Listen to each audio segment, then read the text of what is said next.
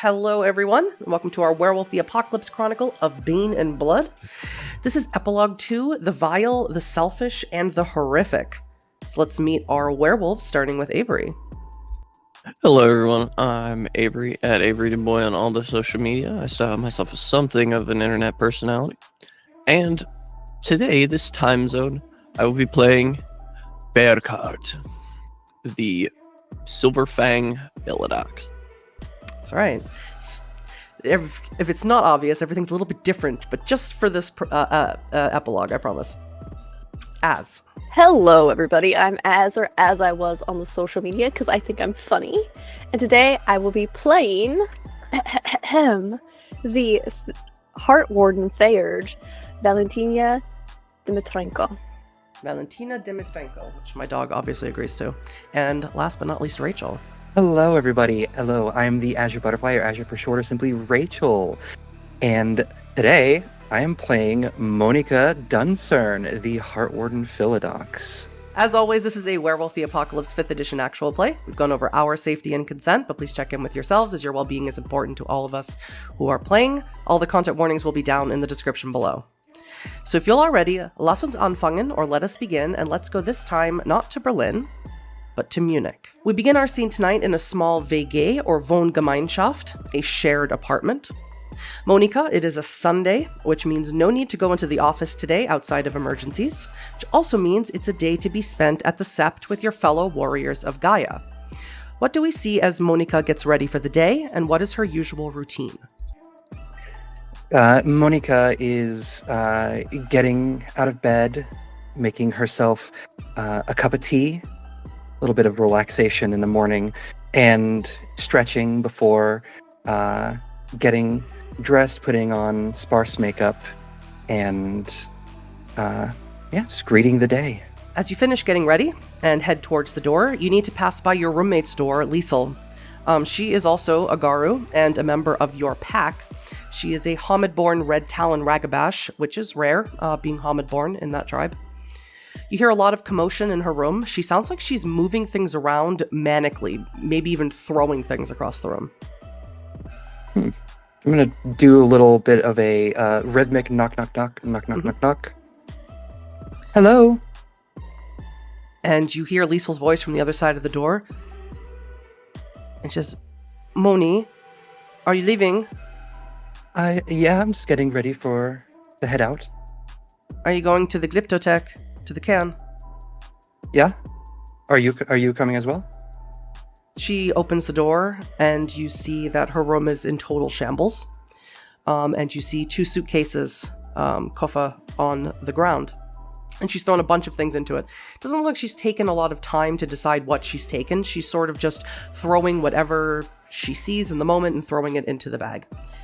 And she says, Moni, I'm leaving. Why? You didn't hear? No one told you what's happening at the Sept today. What's happened? Do you need any help? Do you want me to come inside?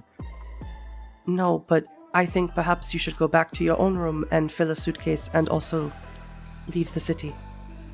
We can't just leave. What? Talk to me, please. Communication's key. What's going on? Tell me everything. You know that for many years I have been with one of the women in the city, a person of the map, Adrienne. I love her, and she does not know anything about our lives, us being Garu. I have done everything that I can to protect the Veil. But I am afraid, and there's no danger of us reproducing. We are not breaking the litany in that way. But I have heard rumors in the Sept that Bergheart is eliminating all relationships that the Garu might have with each other, or with humans. Have I heard anything about this myself at all? You have not. But you, unlike a lot of your fellow werewolves, have a day job that keeps you away from the Sept. You're not there as often as they are. That doesn't sound right. That can't be right. Eliminating? Our other two pack members, Anselm and Yori, they have been seeing each other secretly for quite a few years now. And again, there's no danger of them reproducing, but they are being punished today. Then we have to do something. We can't just... We have to help them. We can't just leave. You want to stop Bergheart? I wish you luck, Moni. Maybe he'll listen if we just speak to him. Yes, Moni, if you want to go to the Sept and you want to talk to Bergheart and tell him that he is interpreting the litany in the wrong way, you are free to do so, but I will not. I have heard that there's other Septs, other Cairns that are different than ours, that are more accepting of different ways of Garu life. I think Moni's going to reach a hand up and kind of grip their shoulder, and she's going to say, you know what's best for yourself. You must always do what's best for yourself, and I understand, even though it'll make me sad. If you need anything, you know how to contact me. I am taking Adrienne with me. I hope she agrees to go. Because I fear that Bergheart and his protege Claudia will come for her, even if I am gone. I cannot leave myself, otherwise I have to try to talk to Bergheart. I know what the litany says, but eliminating our people is not the answer to that. There has to be a misunderstanding of some sort. This can't be right. I wish you luck, Moni. I really do. But if you don't want to see Anselm and Yori punished today, I wouldn't go to the Sept at all. Because they will be punished today. I have to try.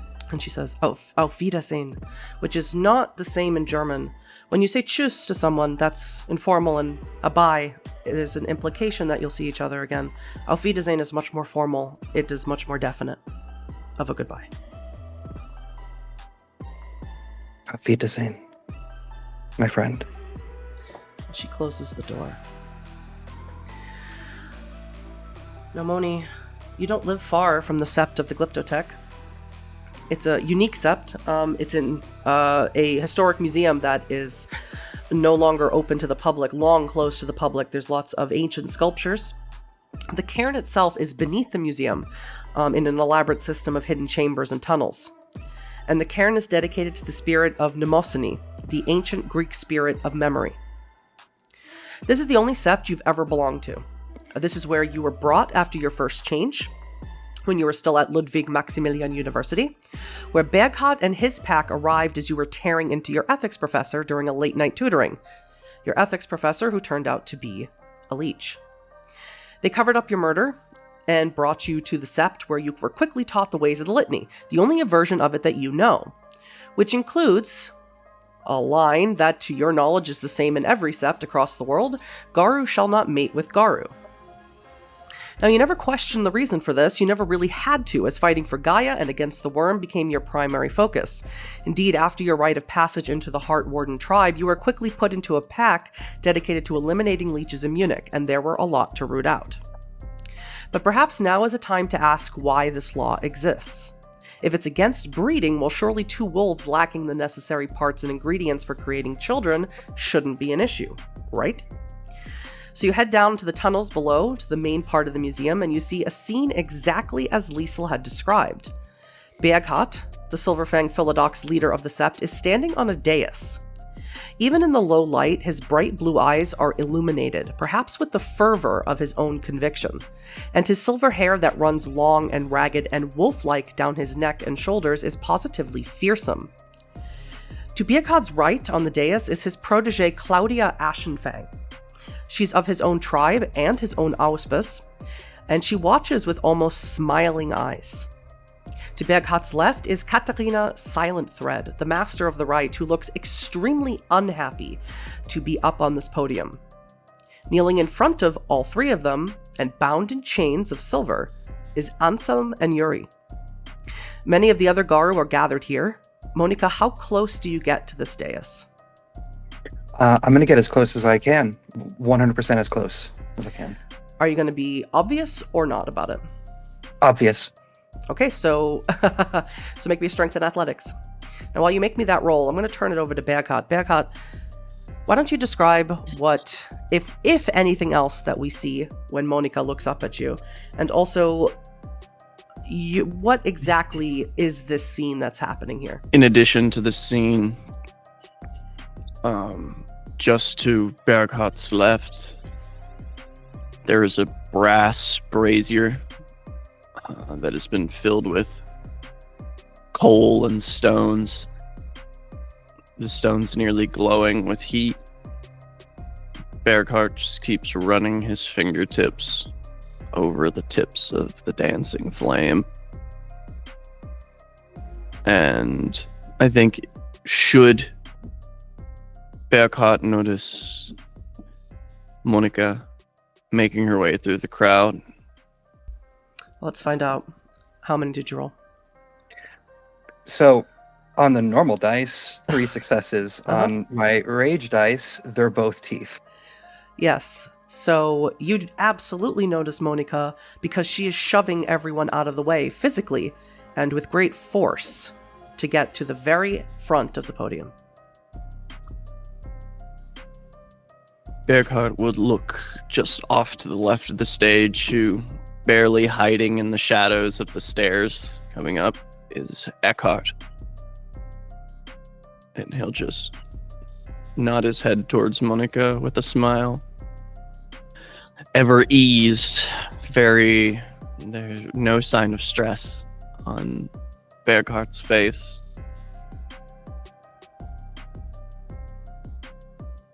And during these gatherings, this nod to Eckhart has only ever meant one thing: keep them in their place. So as you are about to get to the podium so close that you could almost touch either Anselm or Yuri, who have their heads bowed, and they are not in their regular clothes, they are wearing just boxer shorts and tank tops. The Wyrm foe, Eckhart, pushes his way in front of you and elbows you directly to stop you from getting any further. And he says, "Es reicht, Monika, it's enough. You can see perfectly right from where you are." Why is this happening, Eckhart? That is for Bergheart to decide what to say. And can Bergheart hear us from here? I would say so. As Eckhart says that, her eyes glare towards Bergheart. Anselm, Yuri. There have been grave charges that have been brought before you. Do you deny them as they have been spoken? Anselm shakes his head and looks up at you. He's very, very blonde hair. I don't deny it. But I also do not regret it.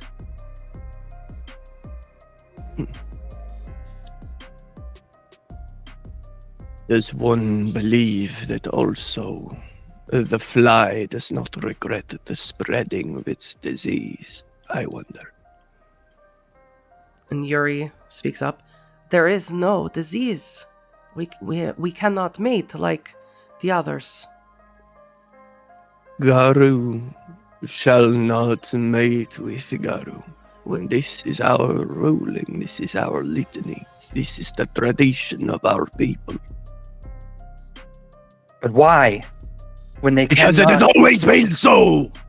And Eckhart, as you speak up during this meeting, if you hold no position on the council to speak up, is going to elbow you directly in the face. Can you make me a stamina and athletics roll? Monika. Yeah. Stamina, athletics. He's not called Iron Claw for nothing.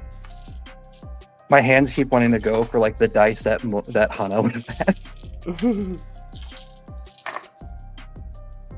Ooh, that is one single success. That is a brutal failure. So not only does he crack you across the jaw loud enough for everyone to hear, you're going to take 4 points of superficial damage, but he brings you to the ground, to the cold concrete ground here underneath the museum. Yeah, I think Monika is going to, from that level of damage, cough up a bit of blood, and angrily look up towards Eckhart. I would like to increase my rage. You may. From that. You may. And Ironclaw is going to say to you, "One more word while the proceedings go on, and I will remove your lower jaw." She's not going to respond, but she will just like shift her eyes to Eckhart as he says that, and then go back to watching. Now let us be plain. You've both admitted to the crime. It is regrettable that I will need to pass judgment. But I will do so with mercy in my heart. It brings me no joy. You are both like sons to me. As all Garu here at the Glyptotek are like my children. Anselm spits right at your feet. Reach down and I'll grab his jaw and I'll look him in the eye. Perhaps this is part of your sickness. You have never known the love of a stern father. Whoa, do not worry, my son. You will know the guiding hand.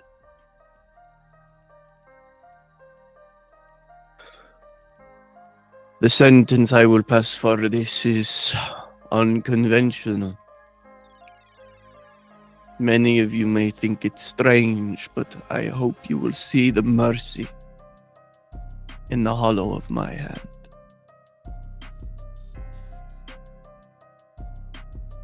In addition, for a full lunar cycle of isolation,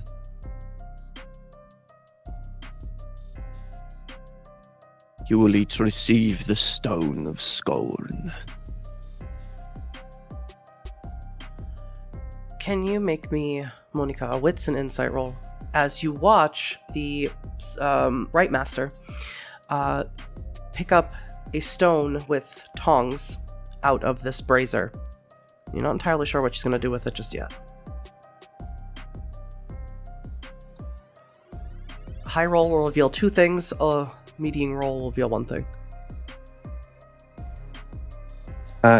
8 successes on a crit. Perfect. So, 1, you can see that the Right Master, Katarina, Silent Thread, does not want to do this. She looks extremely uncomfortable, extremely unhappy, and she cannot hide it on her face.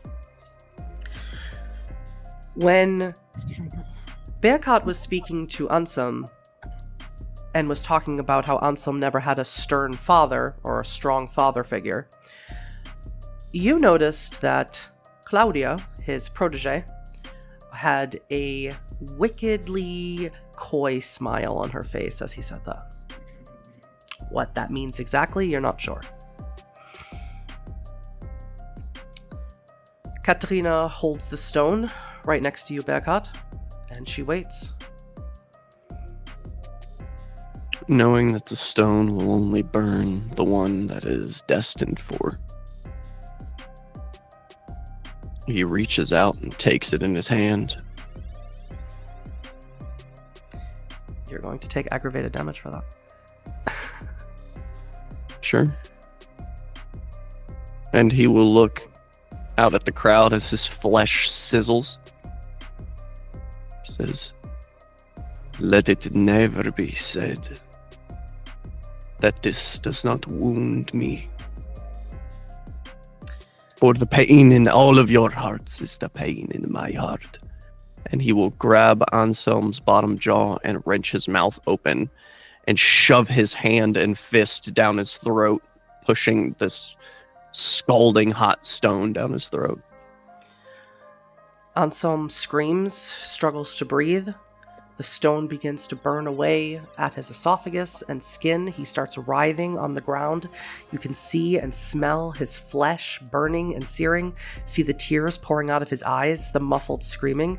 And Yuri starts to attempt to get up and back away with these silver chains on him.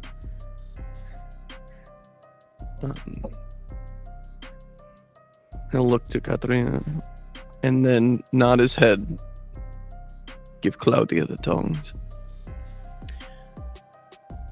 Katarina goes to hand Claudia the tongs, but Claudia walks over to the brazier and she picks up a stone just like Bergheart did. But she makes no speeches, she makes no show of it. She merely grabs onto the Yuri, who is wiggling and attempting to get free, pulls his head back and pushes the stone down his throat. And he too begins to scream, and you smell his flesh, and you perceive the rest of your Garu, your fellow Garu, a mix of both satisfaction and dread. I would like to, if I may be forgiven for an interjection. Mm-hmm. I would like to roll manipulation and subterfuge to conjure tears. Yes, that would be a 10 pool dice? 9. Oh, no, it is 10. Yeah. 7 successes, no crits. Yes, I would say you'd be able to conjure up some tears for the crowd. As these tears come down his face.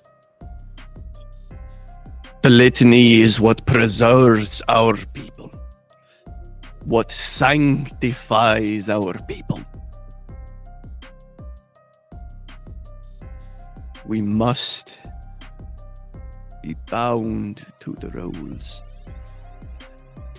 And as it breaks my heart and burns my hands to see my sons brought low this way, I will do it.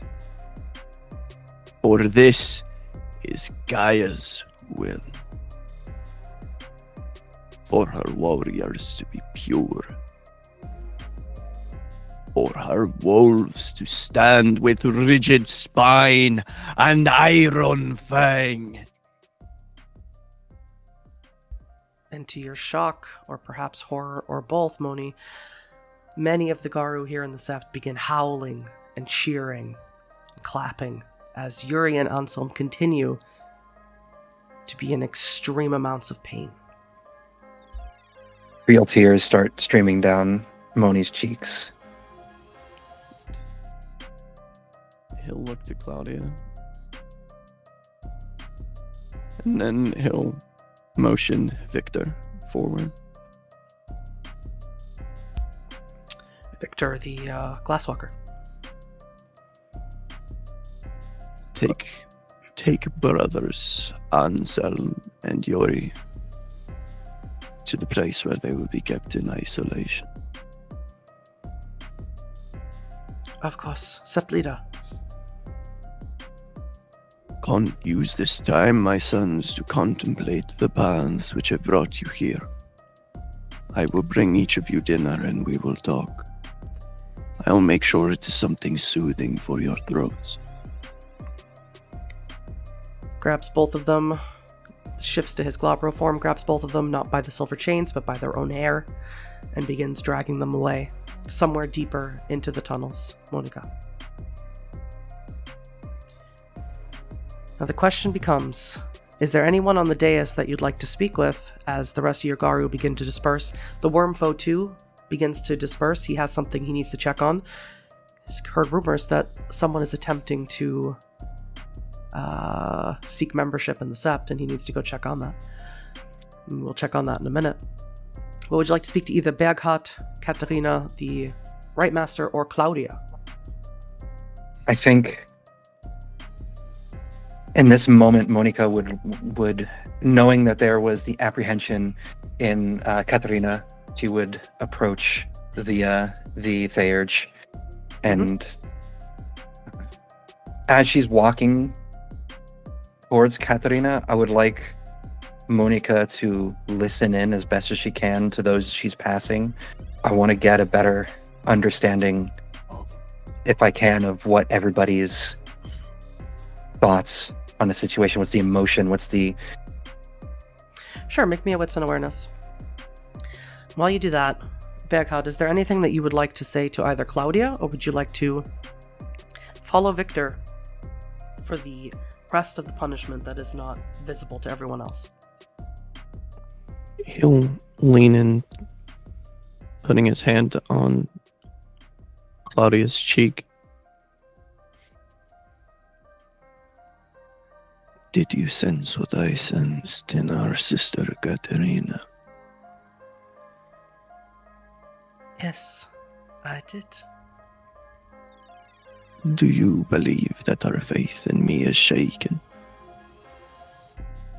I do not know if she ever had true faith in you, Sept Leader.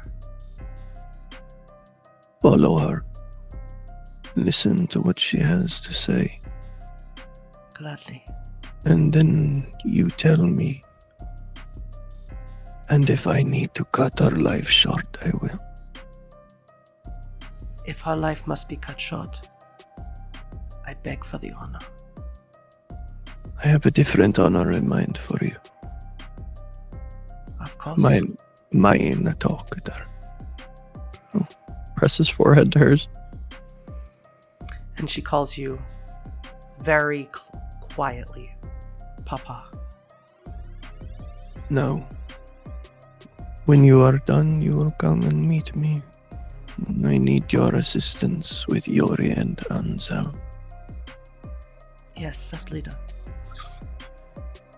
And I think he's going to try and intercept Monika quickly, but moving on towards Yuri and Ansel. Okay. So with 3 successes, you pick up most of the Garu here, not council members. They're talking about, well, I guess, they knew the rules. Garu shall not mate with Garu. It doesn't say anything in it about having children. It just says Garu shall not mate with Garu, and they were mating. They weren't making kids, so this is, this, they'll heal. This isn't anything terrible, and, they're just going to have some time away, and they're going to come back, and it'll be fine, and they'll just be better warriors for Gaia. Everyone is trying to rationalize this to themselves really, really fast. And they're doing it loud enough that Bergheart could be able to hear it if he wanted to. So, you want to intercept Monika heading to Katarina. Is that correct? Mm-hmm. All right, so we will make this contested here. Both of you, wits and athletics. Here we go. See who's faster. Or who's quicker on the draw. I'll tell you right now, the answer is not me. No success. That's crazy, because I only got 1. Oh, That's crazy. wow, that's so sad. That's the saddest thing I ever heard. Crazy. That's crazy. That's the saddest thing I ever heard. So yes, Katarina is at the moment putting out the coals. She's pouring sand down over it, not water. And you're about to reach her, but before you can, with her back still to you and her dark hair, Bergheart steps directly in your eye line. Can I say that with how Monika was walking with determination, she would have just run right into Bergheart. And as that happens, she's going to quickly take a step back, head tilted down, but eyes looking towards him, and there is a low, unsettled growl under her throat. I think as Monika runs into him, instinctively he kind of reaches out to make sure she doesn't fall, and winces as his hand that touches her shoulder is burnt severely. Monika, you arrived late. I didn't know any of this was happening today, Bergheart. Perhaps if you spent more time with us, you would have known. I'm sorry that this game is a shock to you. I am wondering why. Yeah, I heard your words, but I'm wondering why. Bergheart, why were they punished in this way? This was a mercy. There are other septs in the world where they would have been punished more severely. by offering them isolation to contemplate and an injury that is easily healed. This is new, Bergheart. This is an extreme of an already extreme. They cannot have kids. Why is the burden of punishment upon them with this? Would you do me the honor of walking and talking with me? We are two of the half moon. This sort of conjecture on the law is sacred to us. And I value your opinion.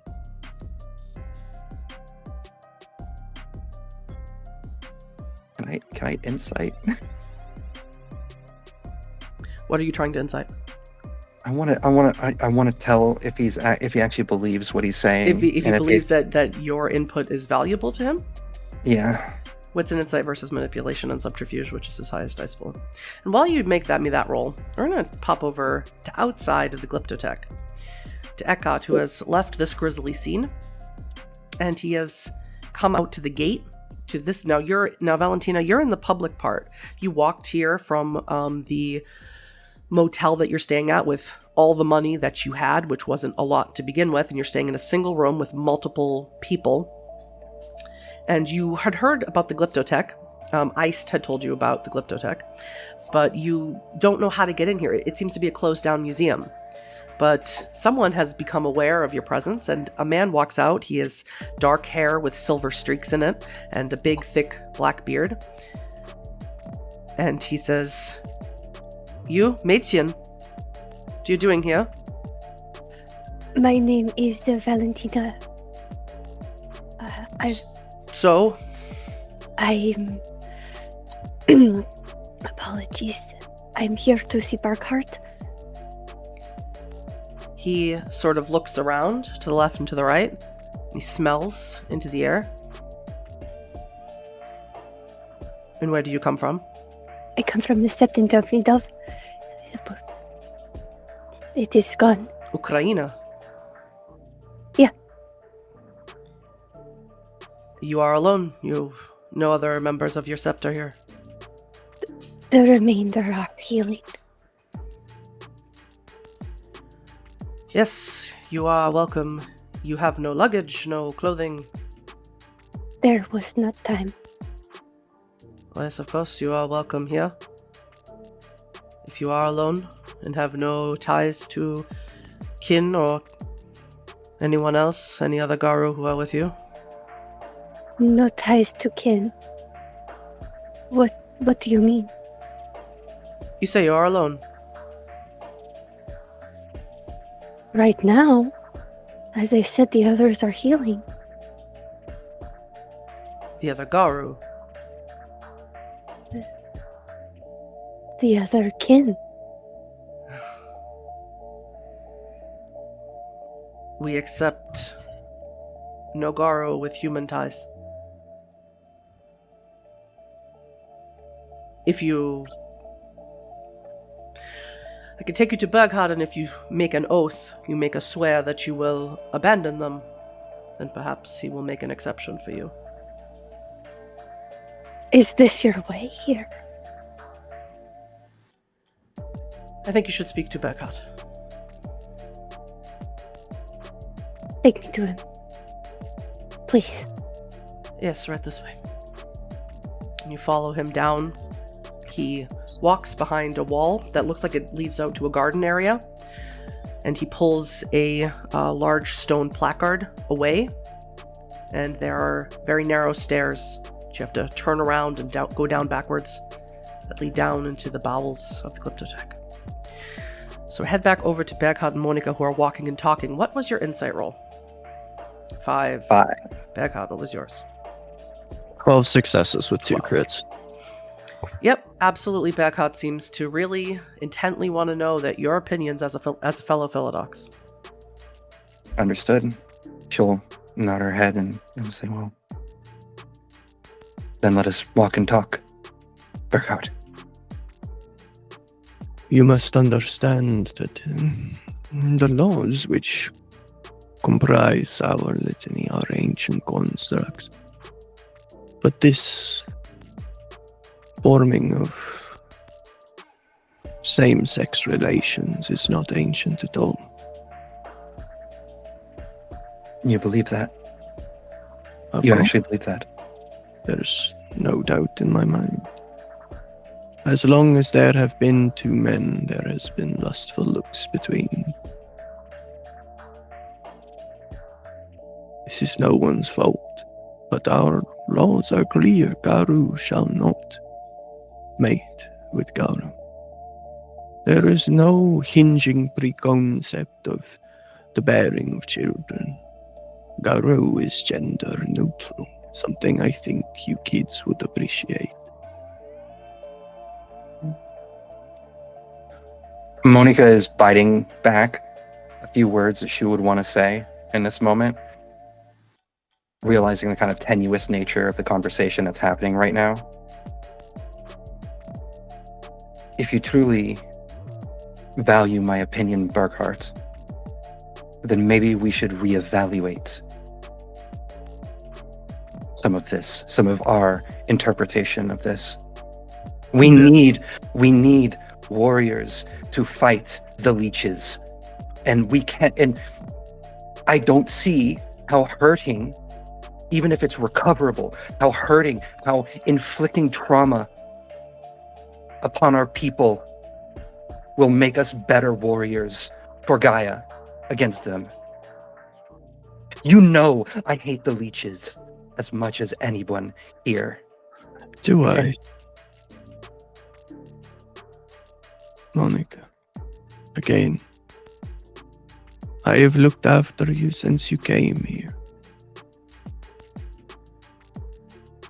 I don't hardly know you anymore. You spend less and less time with us here. More and more time up in the city.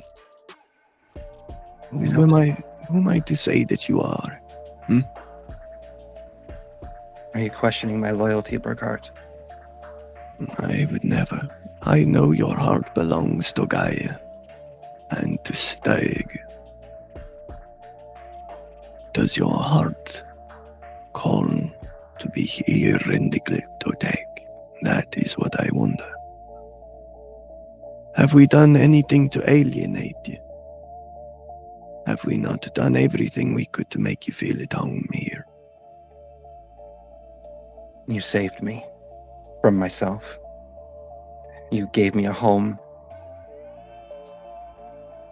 But when I see this much pain, I can't look away from that. We are creatures of pain. And as you say, you're creatures of pain. Are you leading her to where Anselm and Yodi are? Or are you leading her somewhere else? No. He's leading Moni closer to the heart of the cairn. Okay. So the heart of the cairn is a place of many, many statues. You don't know all of the statues here, but you've heard that they're called like Greek muses or something like that. And one of them, the largest one, which is in the center, is Mnemosyne, or Mnemosyne, however you pronounce it, where we get the word mnemonic device from, right? She is the Greek goddess of memory, and she is the spirit here of the cairn that powers this cairn. I think as Bergheart approaches, he bows his head and places his hand on the statue's foot, and will take a moment of silent acknowledgement. I think Monika would follow suit as well, letting this also be a contemplative moment. All the words that she's heard from Bergheart. Can you make me an intelligence and awareness, Monika? And he led her here to watch her do this because he wants to see what her reaction is. 3 successes. So you touch it. You feel very connected and close and spiritual here. It is the spiritual heart of the cairn. You've never had interactions with Mnemosyne. That's usually for the Theurges and for the Right Master to do. But you hear her voice in your mind, And you see a place in your mind. It's green and verdant and lush. And you see children, humans, and Garu together. And she says to you, "This is the place where you will make the memories that will make you who you are." And that is all you hear. I think in that moment, she's just going to say out loud, having never experienced something like this before, but not here. Not here. What is not here, Monika? She was 1,000 yards staring as that happened, and she shakes her head then. I heard a voice speak to me, Bergheart. I heard. And she's going to look up. And as you look up, Bergheart, you become aware that Eckhart has entered into the heart of the cairn, and he has someone with him, someone you don't know. And Valentyna, would you like to describe what everyone sees when they see you? They see a woman. Her long hair at one point was blonde, but it is almost burnt and tattered. She's got on a jean jacket and just some sort of utilitarian pants. The shirt she has underneath, it looks like she tried to clean it up, but it's threadbare at best. Her face is bruised and scratched. All along her chest is horrific scars. She's got a shake to her limbs. And Eckhart says, "My Seplida, this is a Flüchtlingerin from Ukraine. Aber sie sagt, dass sie nicht allein ist. She's not alone. She has kin, and not Garu kin." Come here, child. Let me look at you. Monika's going to stand up at that moment, having locked in on the not Garu-in aspect of that. Valentyna's eye, because we're in the heart of the cairn, right? Yeah, you're surrounded by something. The cairn that you were from was in the forest. Deep ancient forest. This is a museum. You're surrounded by Greek architecture, but you're in Germany. It's very confusing. She first looks to the heart of the cairn and lowers her head, seeing a cairn heart. Again, the thing that makes us what we are, the thing that we're supposed to protect. There's tears in her eyes that maybe not all hope is lost. But once she takes that moment, she approaches Bergheart. He'll hold both, even his burnt hand, he'll hold both hands out. Thank you for seeing me. Come here. Let me see you. Your hands. And she will reach out. Her hands are broken. Take her hands in his and turn them over. His thumbs running along the sides of her fingers and down her palms. What happened to you? Something is broken within you. Not broken. Mending. But it will take time. If something needs to mend, it has already been broken. If you say so. What happened to your people?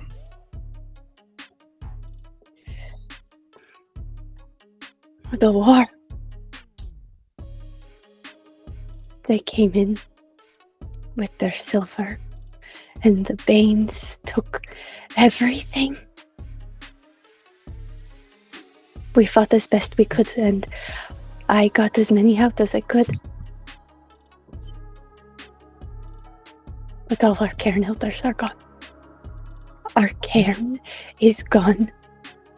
And so we seek refuge until we can rebuild. And you are the only one who is chosen by Gaia in your contingency. I was chosen to be Garu for Gaia, but all my kinfolk were chosen and picked Gaia. They fought alongside all of us and died alongside all of us. Where are the rest of your people? And she looks at Monika, not knowing her name.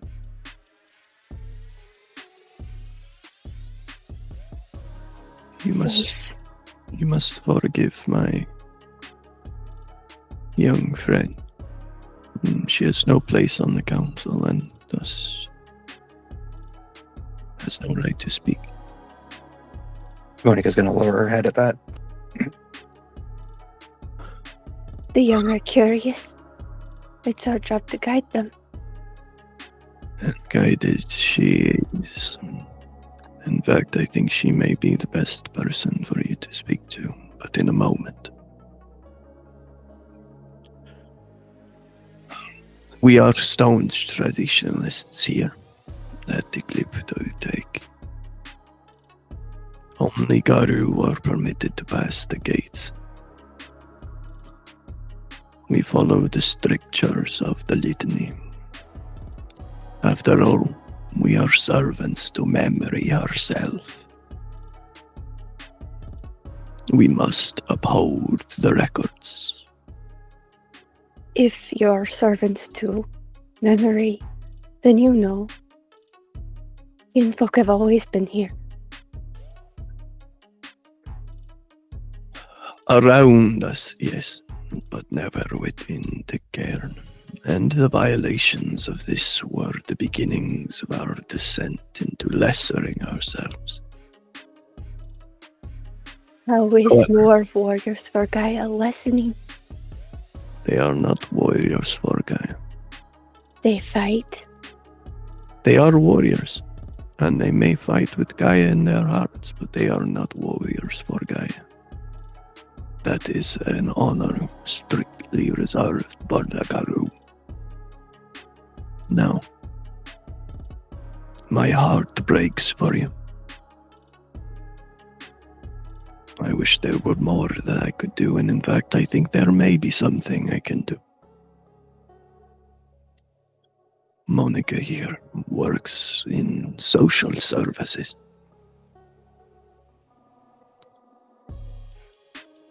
Your kinfolk would never be allowed to cross the boundary into this place. And you are welcome to stay if you would like. However, I will not ask you to abandon your family. There is no greater sin in the eyes of Gaia.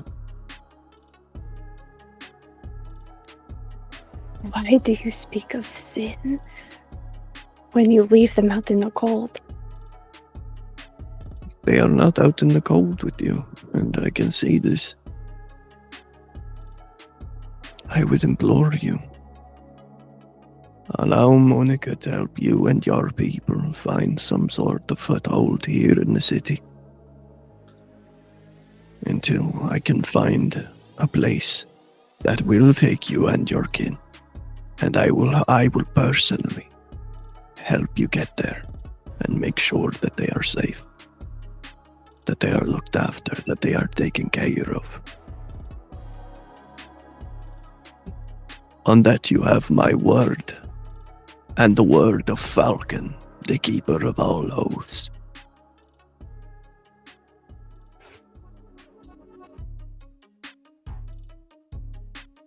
Valentyna is listening and just starting to feel that rage boil up, especially talking about the old ways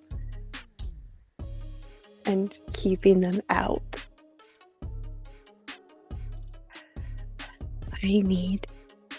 I need them closer to the cairn. This is what I mean. I will find a cairn that will take them. We'll take you. I just need time. And Monika can help you find the services that you need to keep them warm and their bellies full in the meantime. Do you find this to be agreeable, Valentyna? If it is what you can offer, Bergheart. Were it that I could offer more would be offered. You could? You could let them in. I see you don't understand what Nemosine asks of us. I know what Stag has taught me. I know what my parents taught me. Is this I know what I'm cairn, teaching my children. is this cairn devoted to Stag? Is this cairn devoted to your parents? It should be devoted to the fight for Gaia. We serve Gaia by being her living memory. And memory includes all, not just pieces. Of that I am aware. Now, there is business I need to be attending to. Monika, perhaps you could go with Valentyna. Meet her people. Find them some place to stay. Of course, Bergheart. Whatever it is that I can do. Valentyna? You said your name? Valentyna, yes. I'm Monika. Monika Dunsirn. A Hart Warden like yourself. Perhaps there is more for you to bond over. I appreciate the offer, Monika. Very well. Monika, thank you for the conversation we had, but I have some soothing herbs to get to Anselm and Yuri. I think in that moment she's going to. There's a level of anxiety within her, and she's not what she's about to do. She's not approaching with rage, though. She's going to reach up and attempt to grasp at that hand that's burnt, like gently at the very back of the hand, and she's going to say, He'll offer his hand out to her. "Make sure you take care of yourself too, but please be good. Treat them well." They will be.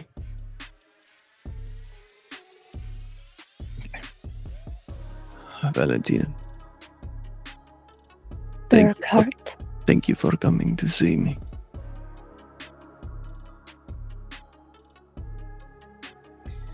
She's just gonna smile. Before Monika and Valentyna have their conversation, Eckhart doesn't leave either of you alone in here. And Katarina's not in here, which is strange. She hasn't come back yet. So Bergheart, as you exit out, you see that Claudia is waiting for you.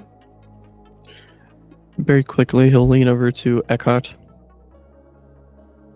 And he'll just say, escort them to the museum upstairs. Yes, Saplita. And then you will tail them wherever they are going to not be seen. Claudia is waiting for you in the wings, and she says to you, "My Saplita, I'm sorry, but I have reason to believe that Katarina is attempting to sow discord among the Sept." Bring her to Anselm and Yuri. Right away. As Eckhart instructs both Monika and Valentyna to leave the Cairnheart, you may have a conversation either outside or as you're walking. Which would you rather have? I think as we're walking, Monika is going to say, I believe a conversation such as this is best held in the open air, in a place not as confined. Would that be okay with you? Yes, Monika. Then let us go out. And Valentyna, with her head held high, walks out with Monika until they're outside. She doesn't say anything. She just tries not to let the weight push her down. How many Garu are here? Oh my god, do I know? I'd say roughly about 35, 40. Okay. Not all of them have gone through their rite of passage. But for your edification, Monika, it's Sunday, and you don't, finding a place for refugees to stay is not something you can do automatically. What is pretty common here in Germany is that Germans volunteer their own homes in the interim, while a more permanent solution can happen. It's happened in the many years where there have been refugee crises here in, everywhere, but a lot of people come to Europe. And many Germans will come to train stations and stuff, and they'll sign up with the government, local government agencies, and they'll open their homes to refugees to stay temporarily. So at the moment, you know that Liesel is no longer going to be living with you. So you at the very least have a free room, but you have no idea how many people Valentyna has. Now, Valentyna, do you lead Monika back to the motel that you're staying at? They're all staying in one room currently. It's a hostel, really. She's gonna start kind of wandering in the general direction, but wants to have a conversation with Monika first to see if it's the same vibe as Bergheart. Okay, so you're gonna start heading to the motel, but slowly and a sort of more scenic route, just to see if Monika is also totally batshit crazy. Yeah. Okay. Yeah. Just checking. Yeah, so Valentyna, how many do you have with you, if I may ask? It's just for the sake of trying to find places for y'all to stay. What is it exactly that you do, Monika? A variety of things. I tend to, I'm a social worker. I work in dealing with helping people with their issues that they may be going through, and also finding, places for people to stay should there be a need for that. Honestly, it's been very much of a mixed bag. I like helping people as much as I can. Helping when you have children that need placement after they're born, or seeing as how kinfolk is not allowed? That can be part of it, yes. But we're not allowed to. And she's gonna look around as she starts to say that. I need to see if there's anybody following us. What's an awareness? You're in your Hamid form, so you don't have any bonuses to that. Eckhart would be in his lupus form. Valentyna can make this roll too. 4 successes on a crit. I would also say Monika hasn't made an effort to hide that she is anxious and uncertain about a lot. So she's not trying to put on airs with her. Did I say it? 4 successes on a crit? Mm-hmm. I can't. Yeah, okay. My brain sputtered. I just got 4. 6 successes on a crit? No, you don't see anyone. Okay, sick. I love that for us. But we are not allowed to mate. What? Yeah, How else are you going to have more? Gaia sends us soldiers, and we fight with what we can. Yes, Gaia sends soldiers. Such as our kinfolk. And those of us who are blessed by Gaia. think in that moment she's also remembering the vision that she just had in the Sept. And she's going to say, I didn't even know places like that existed, if I'm being honest. I've been Garu for 5-6 years now. And this is all I have known. Only Garu are allowed within the Sept, as you heard Bergheart say. This is all I've known. I didn't know anything else could exist. This is why we lose the fight.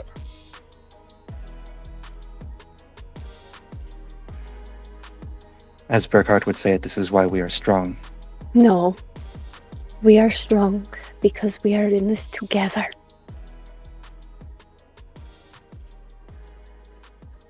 It's thinking like that gets us killed. And has Cairns taken over. And Bane's. What happened, Valentyna? Or Was it the leeches? no. It was the Wyrm. And its agents. It's not the people's fault. They find themselves susceptible. It's what they do when they know what they're fighting for, and do it anyway. There are those that would fight for us that don't have our gift, that don't commune with Gaia, that don't commune with spirits. Yes.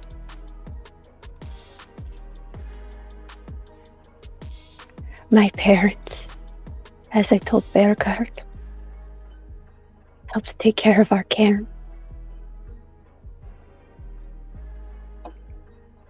And they taught me, and when Gaia chose me as Garu, I did what I could do.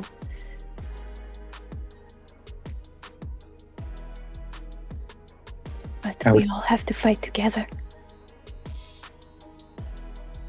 I think Monika is just instinctively going to look around again. Sorry to get roll again, but it's just a habit, and she's going to just say, "I would be lying, especially in recent circumstances, if I didn't say my faith in Bergheart and our ways have been shaken. We are punishing more and more." Punishing. For Garu laying with other Garu, mating, even going so far as those who cannot have children, those of same-sex couples. It's unsettling. Valentyna's face looks disgusted. Just... What? I know it's wrong, but Yes, that is not... Those are old ways. Bergheart saved me. One of my children, her father's, Garu. Both of them.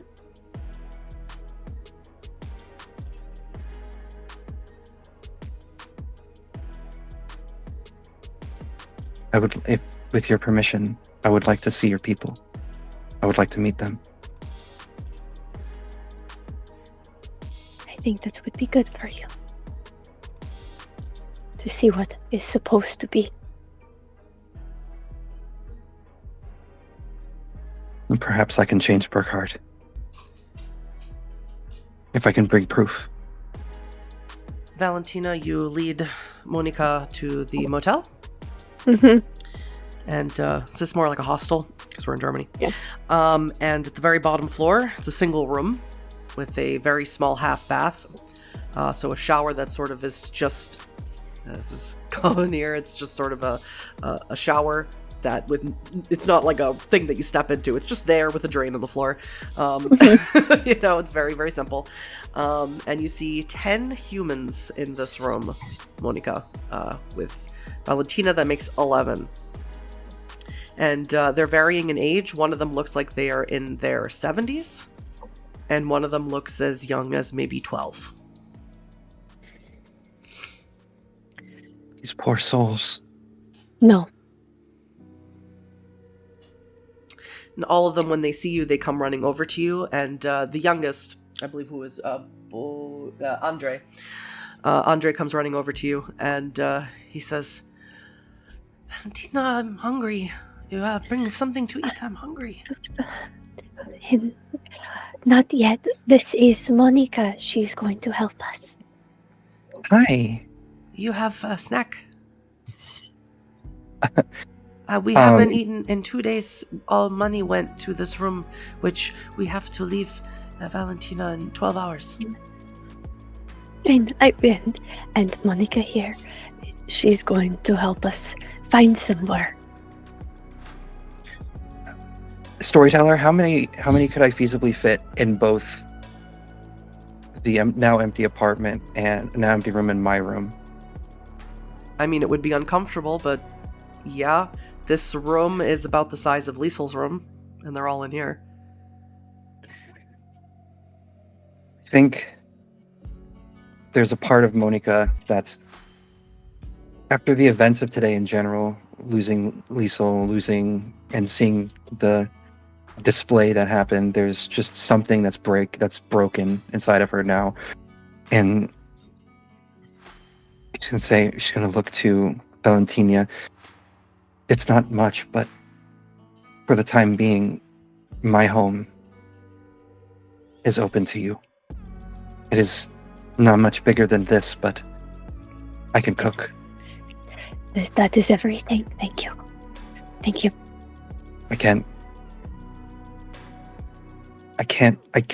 We have to convince Bergheart.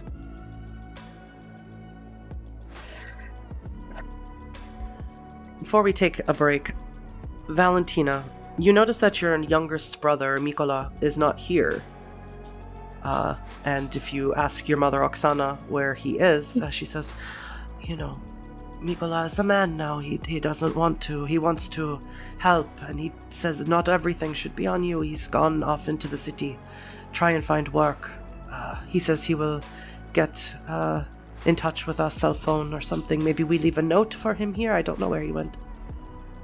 Yes. We'll leave note at the desk, and then. All right, get your things together. There's not much to get. What wasn't taken at the borders when we crossed. I know. Monika, you get on your phone and you call an Uber, which, hey, as of last year is finally in Germany. I know. I would like to also, with permission, spend some of my own money to also get a food order delivered. Absolutely. We have Uber Eats whatever now. they want. It's finally here, guys. We did it. Yeah. The win. But before, Even if this, yeah. Even if this is not a permanent solution, this is a better situation than they're currently in, and I don't think Monika's heart can. Absolutely not, and especially your patron spirit, Stag, would insist that you, this isn't your home per se, but if you wanted to be more broad in your thinking, Germany's your home, Munich is your home, and these are people, these are sojourners from a foreign land in your home, and you should take care of them. That is what Stag would want. Correct. And before we go to our break, Bergheart, check back in really quickly with you. Now you're down in where Yuri and Anselm are caged, and have you performed the operation or not? No, yeah. Claudia is with you, and Eckhart is going to inform you of this situation. If there's anything you'd like to do before he arrives. I think for a while now, He's been in some grandiloquent lecture on the pride that one should have in upholding the litany. Claudia listens, of course, as always, with rapt attention. Says, did I do something that made the two of you feel as if I was the one that you could defy? You're speaking to them ironically because they cannot talk. They are far too injured to speak.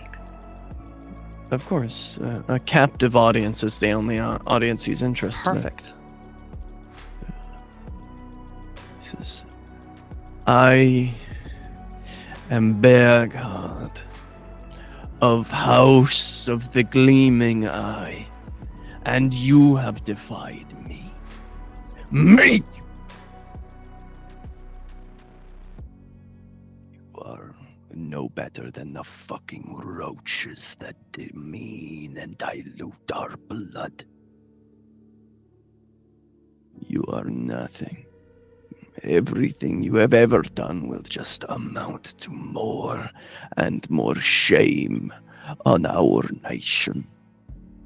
And so I give you this gift. And he'll turn to Claudia. You will watch what I do. And if you can get the stomach for this,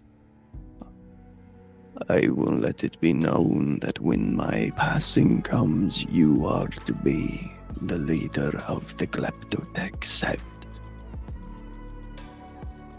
Yes, sect leader.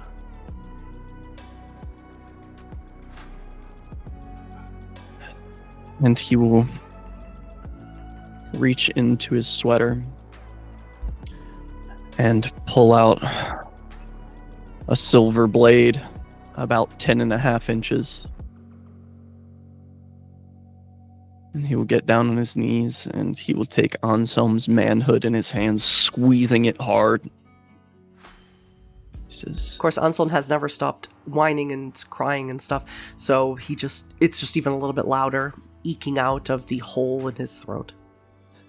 Perhaps you will think again before the urges to rot like pigs takes you over. And he'll slice it off.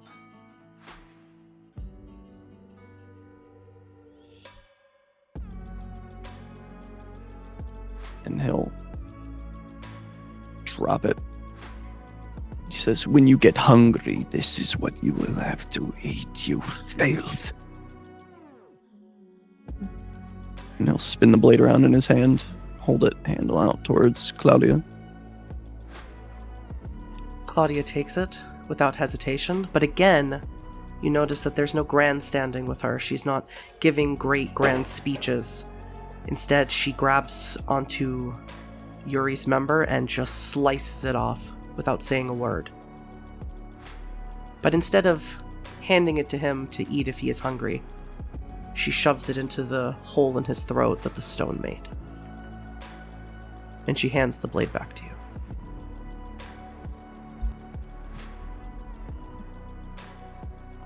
Where is Katerina? I believe that she is attempting to flee the city. My sub leader. And we are sure of Victor's loyalty. I will make sure of it, sub leader. Cement his loyalty and then kill her. Yes. I will deal with these roaches. And Eckhart interrupts. He waited for this proceeding to happen. And he says, Bergheart, Monika has taken the Flüchtlingen into her own home. Good. All of our problems clustering together. Should we not get Monika out of the house, or do you believe she is a lost cause? I believe she will learn the meaning of pain. As you say, sub leader, when would you like to do this?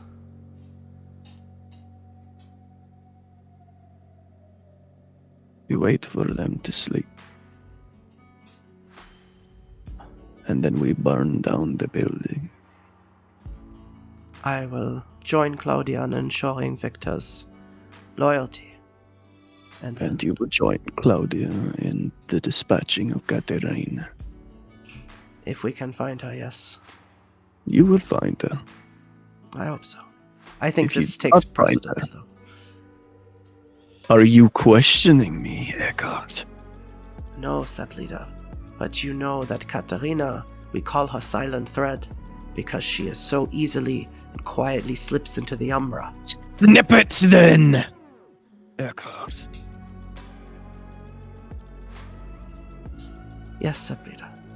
I do not abide by failure. We will find her.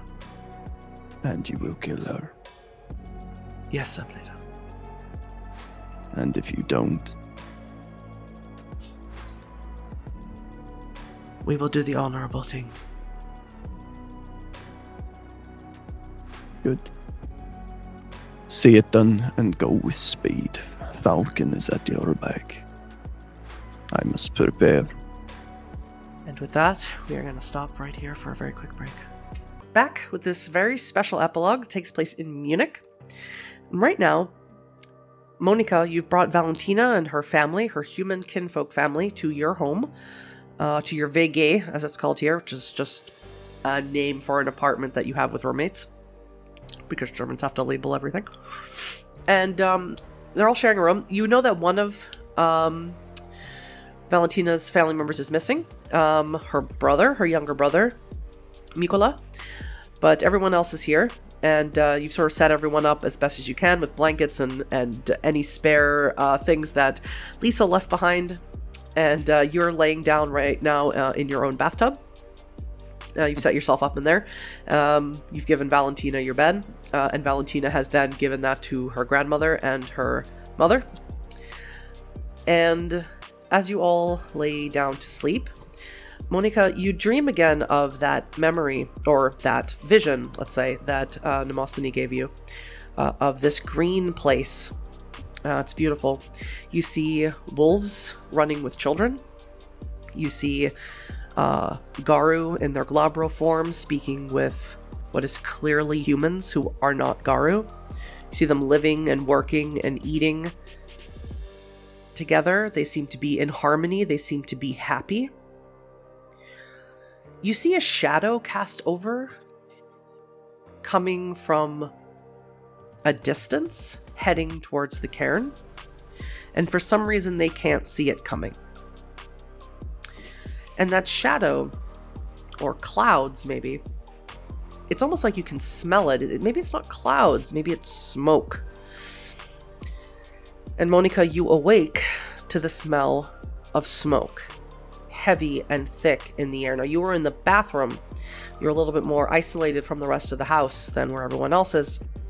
Had your own ventilation in there. But as you burst open the door, your home is on fire.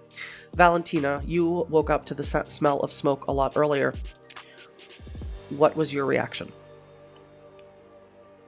Valentyna would have started getting the children and her grandmother and trying to get everybody out. Would you have shifted to your glabro form? Yeah. You may make me a rage check. Because she was able to do it in a private room. She hid in the bathroom so she could shift. Well, Monika's in the bathroom, so you're going to have to do it in front of everyone if you want to. Oh, no. Okay, yeah. Monika would have left the door unlocked to the bathroom. This is a you got to do things in quick time, Yep. so you have to make that Yeah, decision quick time. now. So it would have been shifting and then starting to wake everybody up. Yep. I passed. Okay, so your grandmother definitely saw you do it. She starts screaming and freaking out, and that alerts everyone else to what's going on. Monika, you wake up as well, and do you shift as you are alone in the bathroom? Being alone in the bathroom, yes, I would also like to go into glabro form. Great check. Success. Okay, so you shift up to your glabro form, your sort of caveman-like form. As you come out, it's hard to see, it's hard to breathe. Bergheart, where are you and your pack? No one started coming out of the building yet? Not yet. The pack is waiting in the wings. Mm-hmm. Bergheart is standing out in front of the building. I would like to body shift my Hamid form. Absolutely. That's a 1 race check, I believe. Yes. I will go up to 4. Perfect. Oh my god. As he almost becomes cartoonish in build. The sweater expands at the shoulders by almost 4.5 inches. The chest rounding out. He's turned himself into a all of the muscle of his glabro form has been condensed into his Hamid form. And he sits and he stands with his arms crossed, watching the door, waiting. The rest The of blade, the silver blade is hidden beneath his arm. The rest of your pack are in their glabro forms, including Victor, who declared his loyalty to the Sept, the Glasswalker. He has made sure that there are no cameras, not that there are many in Germany because of Datenschutz, but he's made sure that no one is going to know that this is happening. He's had everything jammed. There's going to be no fire department coming. So if I could get my werewolves inside the fire to make strength and athletics rolls to see how many people you can get out. We have 9 people in here and 2 of you. Make them good rolls. Don't forget to add dice for your forms. The 2 dice bonus. Never mind. I'm gonna just take that. Take those dice back. Those are mine now. Retract. 9 successes on a crit. Perfect. 5 in teeth. Okay, so Valentyna, you're still injured. You're still recovering from everything, emotionally and physically. So you're able to grab your mother and your grandmother and your father. And one of your nieces clings to you, one of the twins. As you begin running out of the fire, you can't see, you can hardly breathe, and they can't either. They're all coughing and choking. And do you break out the window or do you run downstairs through the door? It's gonna be going out the window because I can use cat feet. Yes, you can.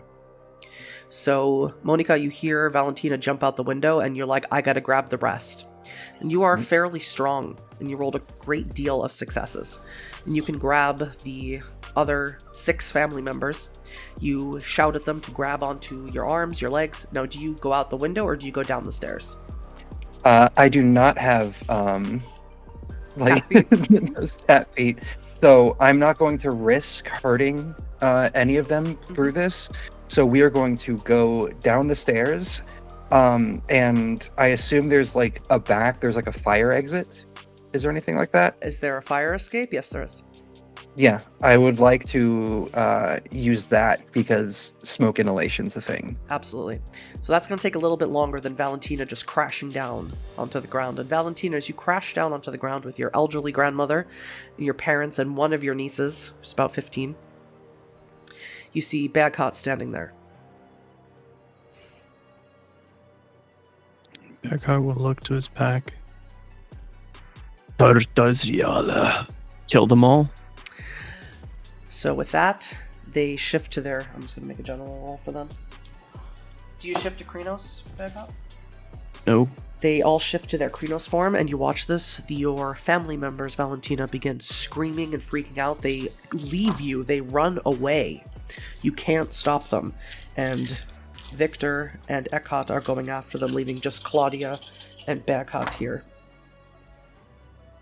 You can try and follow them if you want to, or you can stay here and face Bergheart. Bergheart. Alright, so you don't know what their fate is going to be at the moment. Yeah, it's trying to end the problem at the root. Bergheart, is there anything you have to say to Valentyna? Come, greet your death with open arms.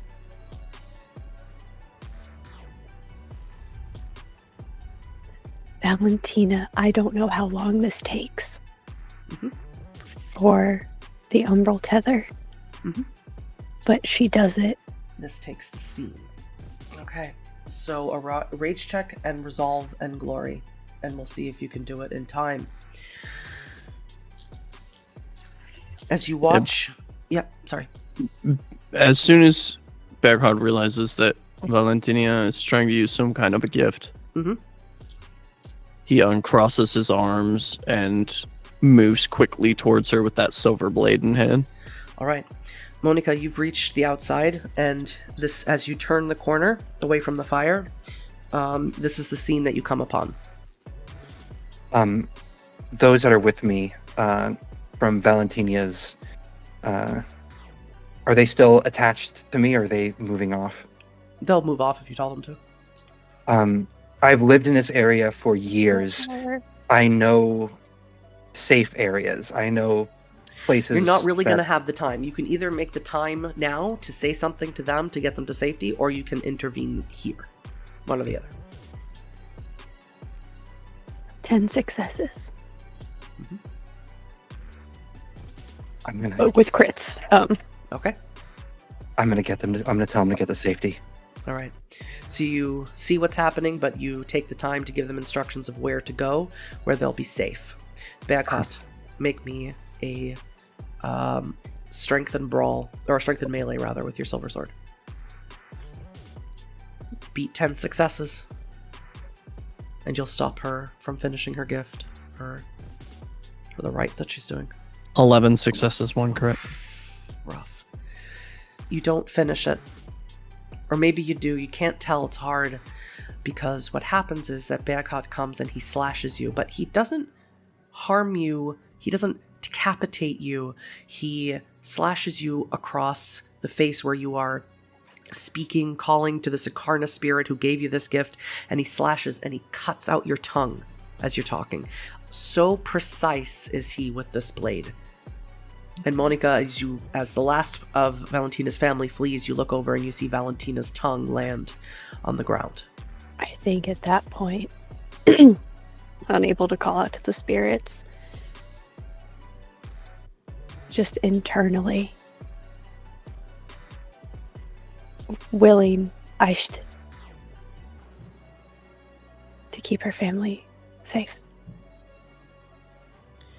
Bergheart, you watch an ephemeral stork fly up into the air and away from the scene.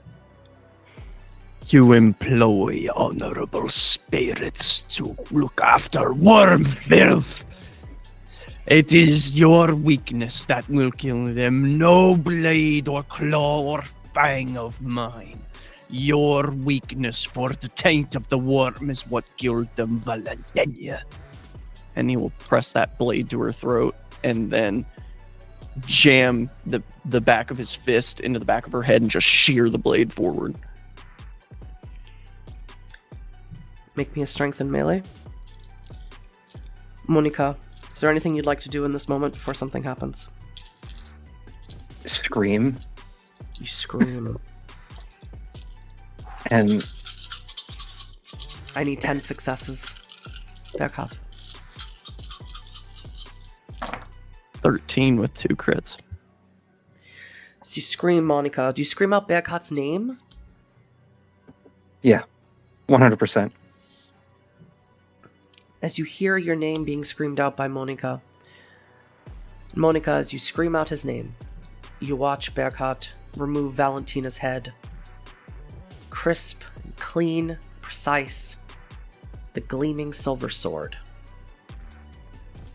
You watch Valentyna's form fall from her glabro form to her human form. Her blood spilling all over the ground as the fire rages behind her. Claudia grabs onto you, Monika.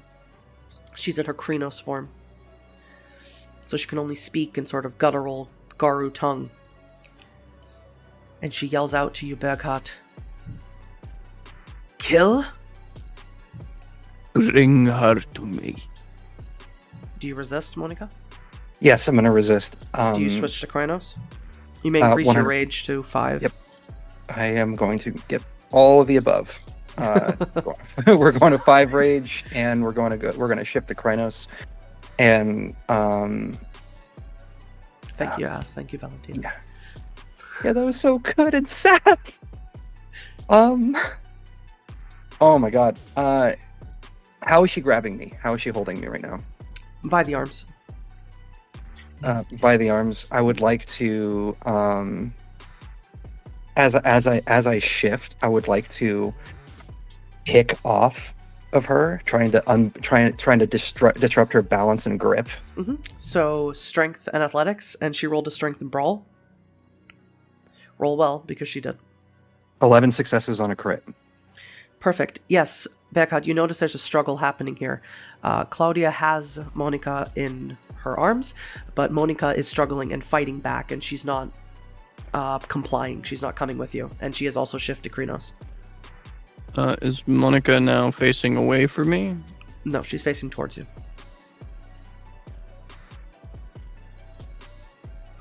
Claudia has her back to you. Bergheart will begin to move forward, Still in clutching their that blade in his form. hand. Yes. So this is contested here. She rolled 12 successes, but I'm letting you off with a 1 margin. Bergheart, would you like to say anything to Monika? Stop this incessant struggle. You have been corrupted by this thing that I have asked of you.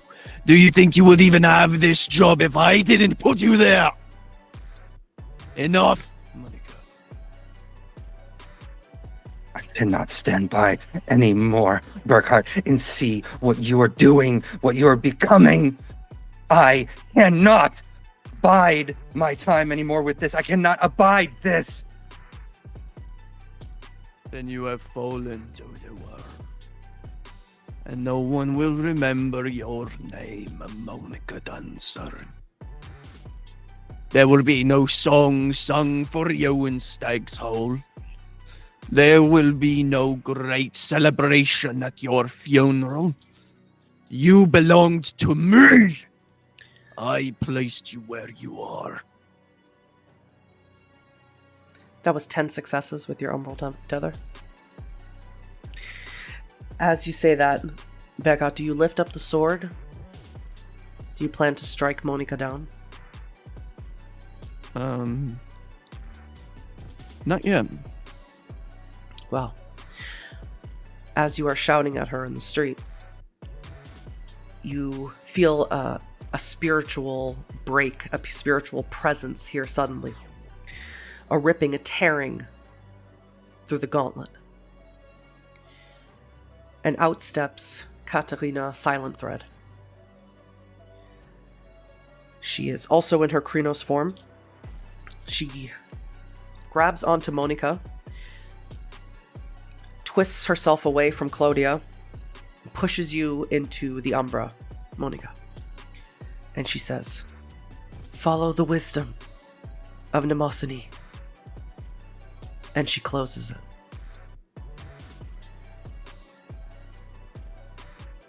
Bergheart, Katarina Silent Thread stands there at you.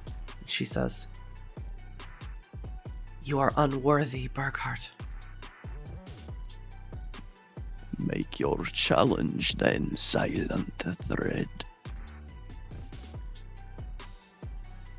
And she does. And you and me, so I can decide exactly what happens to Bergheart later, are going to have a little bit of a roll-off here.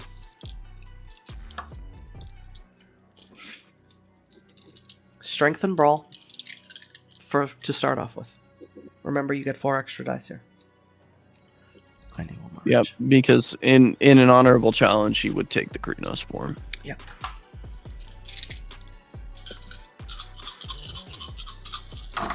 We'll get right to you, Monika, don't worry.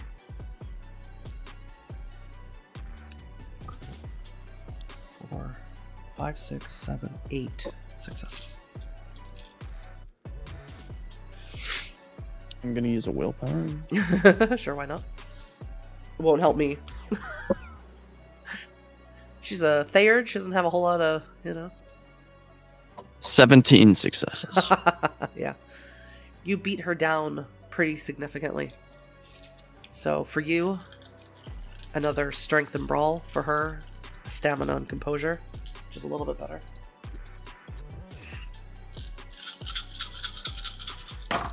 Two messy crits. There's no messy crits. Do you mean brutal failures? Brutal outcomes? Brutal outcomes, yes. Yeah, Sorry. Okay, so she rolled 12.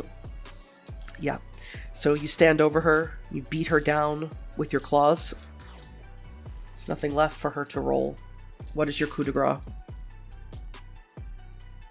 And she lays there broken. He will take the human skin, You lose all your rage? and he takes the blade in his hand.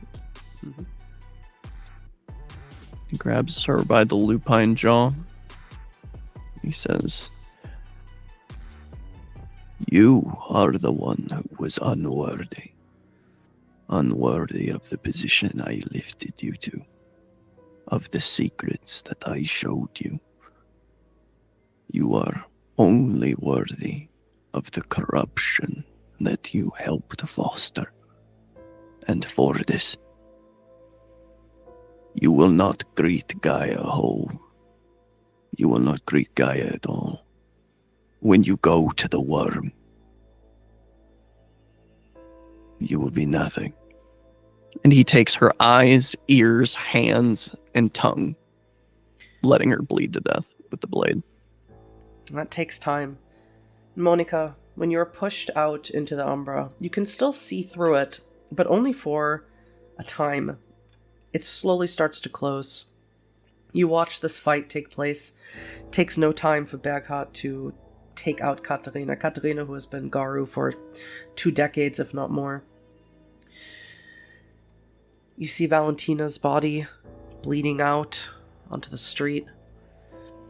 And the only words that you heard were to follow Nemosini's vision. You've never been in the Umbra that you were aware of. You don't know where it is you're supposed to go or how you're supposed to go there. I'm in this moment witnessing all that I'm seeing. I'm gonna let out a howl. A cry of despair, of anger, rage. I'm locking the vision of Bergheart in my mind. There will be vengeance one day for this. But I call out to Stag here in this moment too. I call out to Stag to guide me, to take me where I need to be. What appears is not an incarna or not an incarnation of Stag. You expect the times during a rite of passage you saw an image of a purely white albino stag. What appears to you instead is a boar.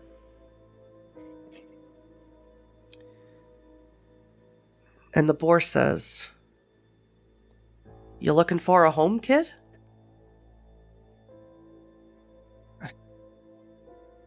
I need safety. I need to go to the vision that I saw. I can't be here. I don't know much about no visions, but if you need somewhere safe to go, I can take you to a safe place. It's far though, but maybe not so far. Maybe it's farther on the other side of the gauntlet. I will follow your guidance. I'm Monika. I'm Boa. Nice to meet you, Boar. You walk with this incarna of stag, you assume, through the Umbra. And that is where we are going to end. Epilogue 2 for this evening, and our new introduction of Monika Dunsirn into Season 2 of Bane and Blood.